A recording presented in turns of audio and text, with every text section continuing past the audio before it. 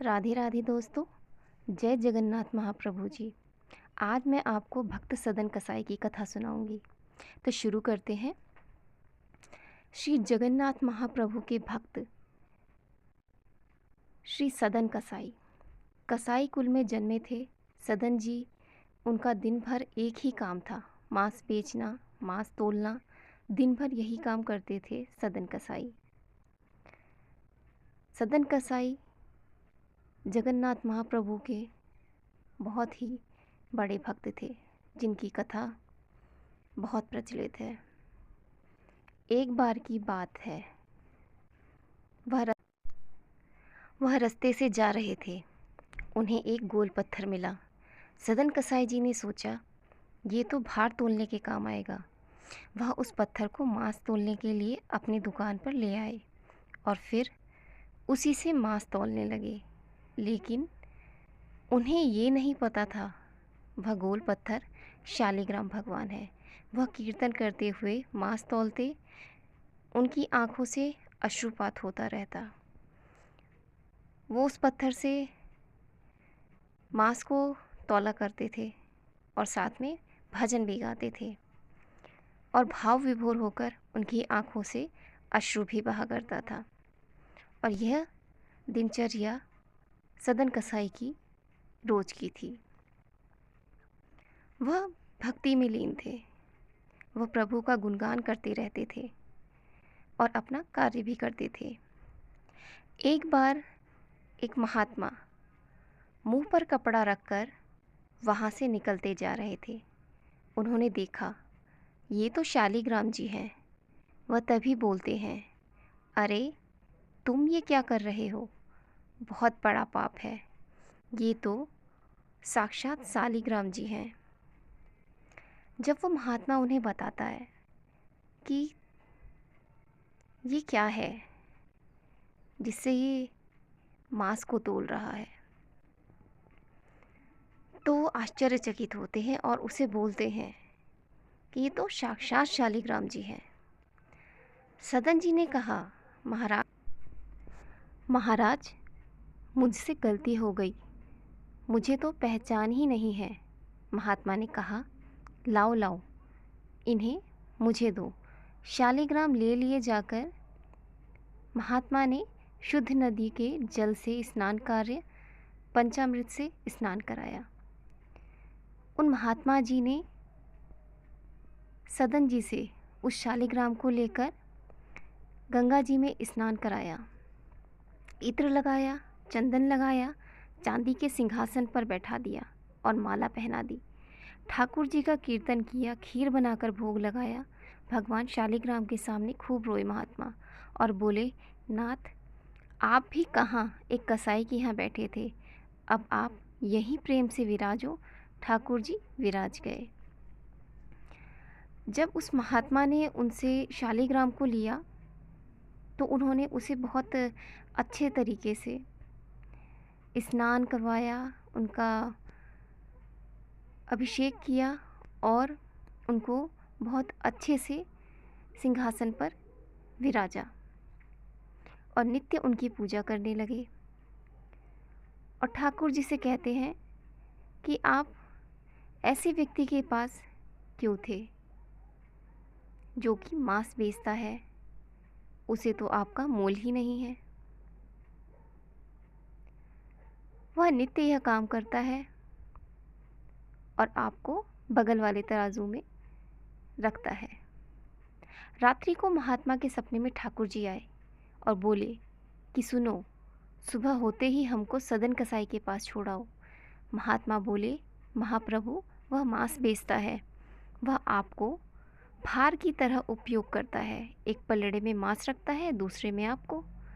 आप क्या करोगे वहाँ जाकर? ठाकुर जी कहते, हम जितना कह रहे हैं उतना करो।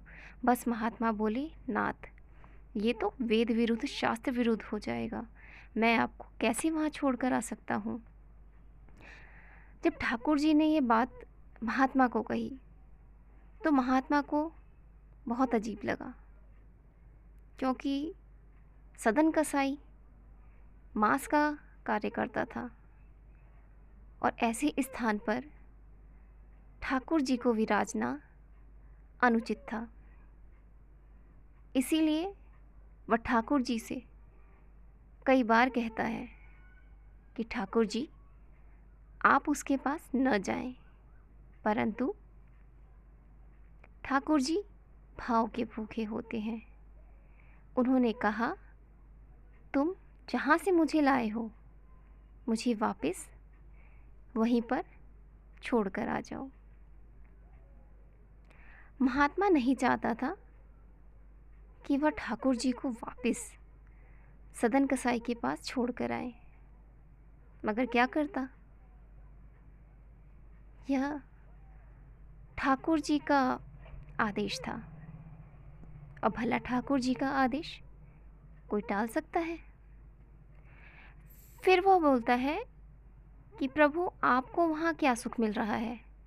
वो शुद्ध नहीं है, पवित्र नहीं, वह स्थान अच्छा नहीं। मांस क्रय करने वाला व्यक्ति, महापापी व्यक्ति, वहाँ क्यों जाना है? वहाँ क्यों जाना चाहते हैं आप? ठाकुर जी बोले, कहीं पर हमको स्नान करने में सुख मिलता है, कहीं हमको सिंहासन पर बैठने में सुख मिलता है, कहीं भोजन करने में सुख मिलता है। ठाकुर जी ने एक एक करके अपने बारे में बताया कि मुझे उस हर जगह में सुख मिलता है जहाँ पर मुझे भक्त बहुत ही प्रेम और श्रद्धा से याद करता है, मेरा गुणगान करता है, मेरा भजन करता है। सदन कसाई के यहाँ हमको लुढ़कने में सुख मिलता है, ऐसा ठाकुर जी कहते हैं। जब वह तराजू से तोलता है तो हम इधर उधर लुढ़कते हैं, हमें उसमें बहुत आनंद आता है। हमें तुम वहाँ छोड़कर आओ, उसके पास ही। जब सदन कसाई मांस तौलते वक्त अश्रुपात करते हुए कीर्तन गाता है, हमें उसमें बहुत सुख मिलता है। इसलिए तुम मुझे उसके पास छोड़कर आओ। वह महात्मा को बताते हैं। ठाकुर जी कहते हैं, भाई मुझे तो उसके तराजू में लुढ़कने में ही मज़ा आता है। यह ठाकुर जी का भाव था अपने भक्त के प्रति। फिर जो महात्मा होते हैं वो सदन कसाई के पास वापस आ गए और आकर शालिग्राम भगवान को सदन को देने लगे। सदन बोले, महात्मा आप यहाँ क्यों लेकर आए इन्हें? यहाँ तो मांस बेचता हूँ मैं, यह बहुत गंदा स्थान है। महात्मा बोले, धरो इन्हें अपने पास ही। ठाकुर जी रात को स्वप्न में आकर कह रहे थे, इन्हें तो तुम्हारे संग ही रहना है। यह सुनते ही सदन कसाई जी के हाथ पैर कांपने लगे, नेत्रों से अश्रु बहने लगे, क्योंकि सदन कसाई जो थे उन्हें पता है वो जो कार्य कर रहे हैं वो गलत है और ठाकुर जी को ऐसी जगह पर रखना बहुत ही अनुचित है। मगर जब उन्होंने यह जाना कि स्वयं ठाकुर जी उसके पास रहना चाहते हैं, उसके साथ रहना चाहते हैं, तो उसके हाथ पैर कांप गए और भाव विभोर होकर वह रोने लगा। सदन कसाई मन में विचार करने लगे, मैं इतना पापी, इतना गंदा इंसान, और ये ठाकुर जी मुझसे मिलने के लिए मेरे पास चले आए। क्या मैं इनके लिए इतना भी नहीं कर सकता कि ये दूषित काम न करूं? ज़्यादा से ज़्यादा क्या होगा, भोजन ही तो नहीं मिलेगा, मुझे धन ही तो नहीं कमा पाऊंगा, लेकिन इससे बढ़कर और क्या चाहिए कि ठाकुर जी मुझसे मिलने के लिए व्याकुल हो रहे हैं। और ये वाकई बहुत ही खुशी की बात थी कि जिसके घर स्वयं ठाकुर जी रहना चाहते हैं, स्वयं चलकर आ गए हैं एक अच्छी जगह, एक महात्मा के घर से, जहाँ पर उन्हें सब कुछ पूर्ण भाव से महात्मा जी पूजन अर्चन कर रहे थे। मगर ठाकुर जी को उस सदन कसाई के यहाँ ही सुख प्राप्त हो रहा था। उसी समय सदन कसाई जी ने अपनी दुकान बेच दी, वह काम बंद कर दिया। अब बस अपने ठाकुर जी के लिए जीवन जीने लगे। आप मुझसे मिलने के लिए तड़प रहे हैं, अब मैं तड़पूंगा आपसे मिलने के लिए, मैं आऊँगा आपसे मिलने के लिए। और निकल पड़े सदन कसाई जगन्नाथपुरी की ओर। पूछा लोगों से, कहाँ है पुरी? लोगों ने दिशा बताई और फिर चल दिए सदन पुरी की ओर। जब ठाकुर जी सदन के पास आ गए तो उसके मन और विचार दोनों ही बदल गए। उसने वह सब कार्य त्याग त्याग दिया जो कि गलत थे, जो कि अनुचित थे, सिर्फ अपने ठाकुर जी के लिए। वह मार्ग पर चलते हुए संध्या के समय सदन जी एक गांव में एक गृहस्थ के घर भिक्षा के लिए पहुंचे। घर में दो व्यक्ति थे, एक पुरुष और उसकी स्त्री। स्त्री सदन जी के उस स्वस्थ, सुंदर और सबल पुरुष पर मोहित हो गई। आधी रात के समय सदन जी के पास गई और उनके अनेक प्रकार से अशिष्ट चेष्टाएं चाहने लगी। उस स्त्री के व्यवहार और आचरण गलत थे सदन जी के लिए। वह सदन जी को रिझाने की कोशिश कर रही थी और उस स्त्री की गलत नीयत थी, मगर सदन जी पूर्णतः भक्ति में थे। उन्होंने यह देखकर सदन जी ने हाथ जोड़कर कहा, तुम मेरी माँ हो, अपने बच्चे की परीक्षा मत लो माँ, मुझे तुम्हारा आशीर्वाद चाहिए। तुम्हारे पति होते हुए तुम किसी और पुरुष पर दृष्टि रखती हो माँ, ये ठीक नहीं है। सदन जी ने हाथ जोड़ लिए क्योंकि उनका भाव भक्तिमय था। वह उस स्त्री को देखकर उसे माता समान समझते हैं, लेकिन उस महिला ने ये समझ लिया कि उसके पति के डर से ये संत उनकी बात नहीं मानेंगे। उसने वहाँ जाकर एक तलवार ली और अपने पति, जो उसका पति सो रहा था, उसको सोते हुए ही उसने अपने पति के सिर को काट दिया। फिर सदन जी के पास जाकर बोली, प्यारे, अब तुम्हें डरने की आवश्यकता नहीं है। मैंने अपने पति के सिर को काट दिया है, अब तुम मेरी बात मानो।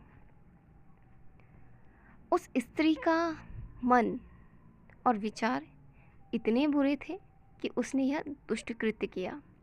सदन डर से कांप उठे और कहने लगे, दुष्ट औरत, तूने अपने पति को मार डाला। अपनी वासना के लिए तू मेरी माँ के समान है। तेरी सोच कभी सच नहीं होगी।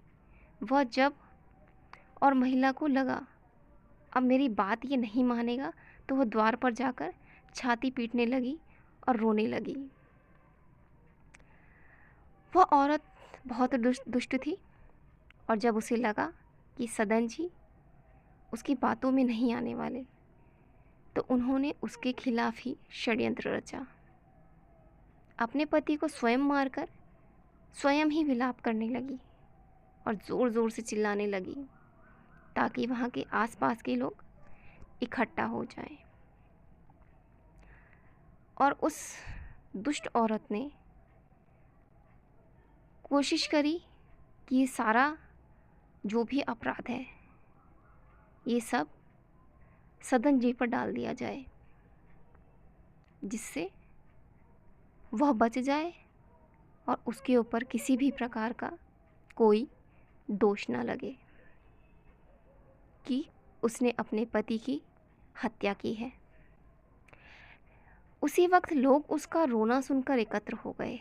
उस औरत ने कहा, इस यात्री ने मेरे पति को मार दिया है और यह मेरे साथ गलत चेष्टा करने की कोशिश कर रहा था। उस औरत ने भक्त सदन को कई तरह से बदनाम किया। कुछ लोगों ने उसे मारा भी, लेकिन सदन ने कोई स्पष्टीकरण नहीं दिया। वहाँ के लोगों ने सदन के साथ बुरा व्यवहार किया, उसे मारा पीटा, अपशब्द कहे, मगर भक्त सदन जी ने किसी भी बात का कोई जवाब नहीं दिया। वे चुपचाप सुनते रहे। जब मामला वहाँ के राजा के पास पहुँचा, सदन ने वास्तविकता में अपने प्रभु की लीला देख रहे थे, इसलिए अपराध न करने पर भी अपराध स्वीकार कर लिया। जब मामला राजा के पास गया, तब भी सदन जी को बिल्कुल भी चिंता नहीं हुई, क्योंकि वह जानते थे यह लीला प्रभु की रची हुई है। इसीलिए न तो उन्होंने इस अपराध के लिए किसी को दोषी बोला और ना ही कुछ कहा। उन्होंने चुपचाप से यह अपराध स्वीकार कर लिया। उन्हें लगा ये जो भी मेरे साथ हो रहा है प्रभु की लीला है। राजा के आदेश के बाद उनके दोनों हाथों को काट दिया गया। सदना के हाथ कट गए और रक्त की धारा बहने लगी। वे इसने अपने प्रभु की कृपा मानते हैं। उनके मन में भगवान के प्रति कोई भी रोष नहीं आया। इतना सब हो जाने के बाद भी विश्वास जो था वो अटल था, ईश्वर पर, प्रभु जगन्नाथ पर। उन्हें यकीन था कि मेरे साथ जो भी हो रहा है वो सब ईश्वर की लीला है, और जो भी होगा वह गलत नहीं होगा। वो प्रभु जी की भक्ति में लीन रहे और भगवान के प्रति उन्हें कोई भी रोष या द्वेष नहीं आया। वे तब भी भगवान की भक्ति करते रहे और निरंतर आगे बढ़ते रहे। भगवान के सच्चे भक्त इस तरह से दुख को भी अपने स्वामी की दया मानते हैं। भगवान के नाम का कीर्तन करते हुए सदन जगन्नाथपुरी की ओर बढ़ गए। उन्हें पता था ये जितना भी दुख है और कष्ट है ये सब ईश्वर की लीला है। वहाँ पुरी में भगवान ने पुजारी को सपने में आदेश दिया, मेरा भक्त सदन मेरे पास आ रहा है, उसके हाथ कट गए हैं, पालकी लेकर जाओ और उसे आदरपूर्वक ले आओ। आखिर भक्त सदन प्रभु जगन्नाथ का इतना बड़ा भक्त था, प्रभु उसे इतने कष्ट में कैसे देखते? प्रभु कभी अपने भक्त को कष्टों में नहीं दे सकते। इसीलिए प्रभु की भक्ति पर हमेशा अटल विश्वास रखें कि आपके जीवन में जो भी हो रहा है वो किसी कारण से हो रहा है और आगे जो होगा वो भी बहुत अच्छा होगा। ईश्वर पर विश्वास रखें, स्वयं पर विश्वास रखें। आगे चल के पुजारी पालकी लेकर आग्रह किया उसने, भक्त सदन को उस पर बैठा कर ले आए और सदन ने जैसे ही श्री जगन्नाथ जी को दंडवत करके अपनी भुजा उठाई, उनके दोनों हाथ पूर्ववत ठीक हो गए। जब सदन पहुँचे मंदिर में तो जैसे ही उन्होंने भगवान जी को देखा और प्रणाम किया, उनके हाथ ठीक हो गए। सदन ने भगवान की असीम कृपा का अनुभव किया। वो भागवत प्रेम में पूरी तरह से लीन हो गए। बहुत समय तक वह भगवान के गुणों की प्रशंसा करके उनके नाम का कीर्तन करने और उनके ध्यान में मग्न रहे। वो वहीं पर प्रभु का कीर्तन करते थे और अपना जीवन व्यतीत करने लगे।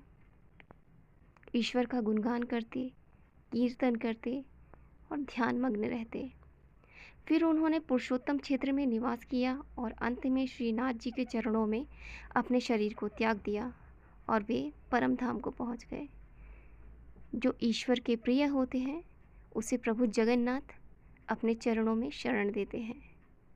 हे प्रभु, अपने सभी भक्तों को हमेशा अपनी शरण में रखना और उन पर अपनी कृपा बनाए रखना। तो कहानी कैसी लगी आप सभी को ज़रूर बताइए। तब तक के लिए जय जगन्नाथ महाप्रभु। धन्यवाद। आप सभी को प्रेम से राधे राधे।